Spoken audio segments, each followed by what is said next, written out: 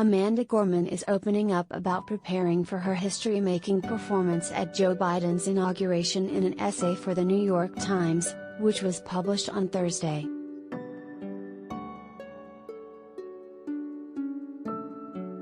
While Gorman, 23, gave a powerful and inspiring performance of her poem, The Hill We Climb, in front of hundreds of high-profile public figures and millions of viewers nationwide, the days before her groundbreaking poem recital were filled with fear for a multitude of reasons, and she almost declined the honor altogether.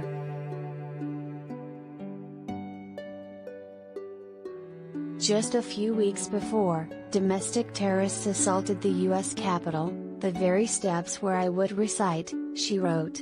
I didn't know then that it'd become famous, but I did know at the inauguration I was going to become highly visible, which is a very dangerous thing to be in America, especially if you're black and outspoken and have no Secret Service. Continued Gorman, it didn't help that I was getting DMs from friends telling me not so jokingly to buy a bulletproof vest. My mom had us crouch in our living room so that she could practice shielding my body from bullets. The Harvard graduate went on to write that after going back and forth on whether or not to perform, one of her biggest worries of pulling out of the inauguration was that she'd spend the rest of my life wondering what this poem could have achieved.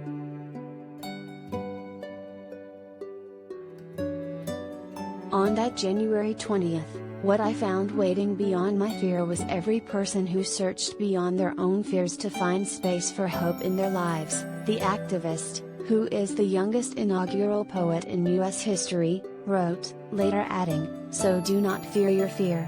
Own it. Free it. While her words have undoubtedly inspired millions around the globe, sharing her poetry with the world has also inspired Gorman herself.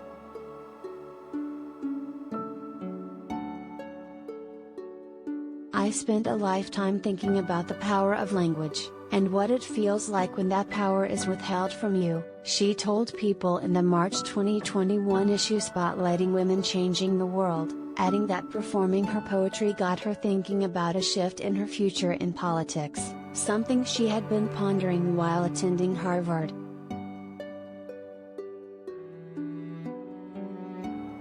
Now I realize that perhaps my path will be a different one, that it might be performing my poetry and touching people that way, and then entering public office from a platform that was built off of my beliefs and thoughts and ideas, explained Gorman.